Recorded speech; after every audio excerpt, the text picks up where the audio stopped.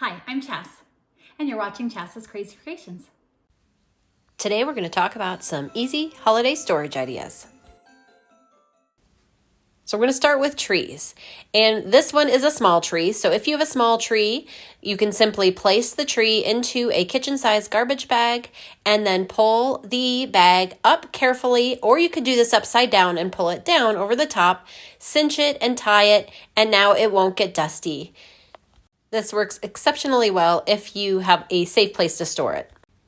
Now, no matter what size tree you have, you can also take some saran wrap or packing tape and wrap it around your tree, holding the ornaments in place. Go ahead and cut it off after you get it entirely wrapped, and it will seal to itself. This will keep the ornaments on, and it will save you time next year when you carefully unwrap it all or cut it off, and your tree will be ready to go. So this is my daughter's 4-foot tree, and I'm going to show you how we store this. So this is just a yard bag, and I'm going to grab this point and try to get it on the top. So I'm going to put it inside,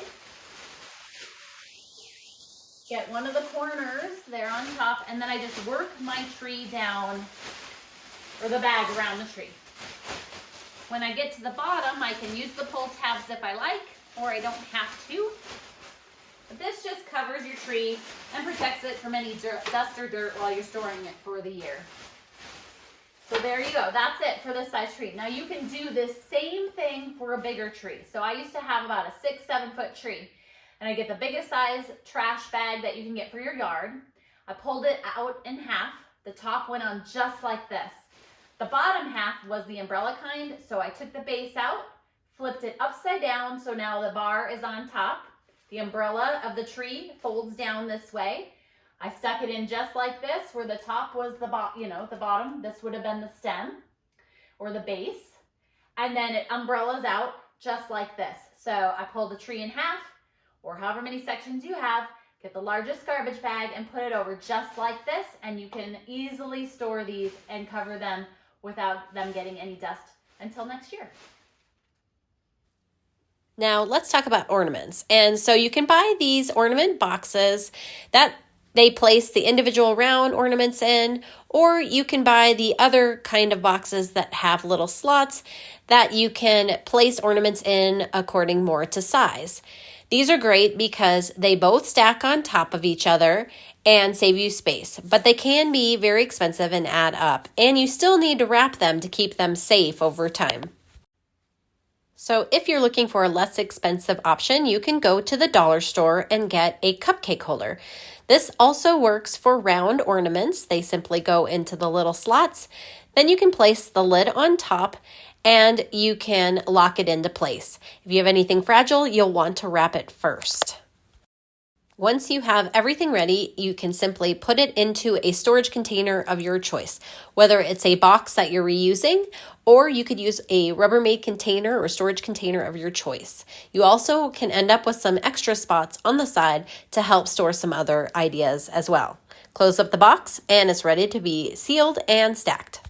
Now that's not all you can use. You can use egg cartons, and when you receive your shipments this holiday season, be sure to save things like packing peanuts, as well as those air pockets and anything else that is in the box making things safe. You can use those again and be very eco-friendly. So let's talk about lights. And they sell expensive containers that wind lights. You can also find these cord winders at the dollar store, and they're pretty inexpensive at stores like Walmart and Target.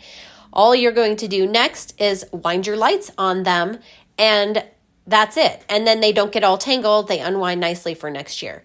Now, if you didn't want to buy anything at all and you want to use something that you have on hand, you can easily use a hanger. You'll start by putting the plug on one end, and then you're going to wind the light strand around the hanger.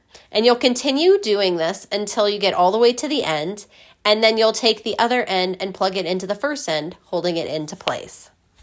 Let's talk a little bit about garlands. Now, you can wrap a thin garland around a light strand if you like. Another option is to buy a container that will fit the garland in it. So this is a thinner garland, and all I do is continue winding it around and around in the box until I get the entire garland in. And if I press down a little bit, I can place the lights in with it often and put the lid on top. Now, I also have a bigger garland, and all I do for that is use the same technique, but I use a larger storage container for it.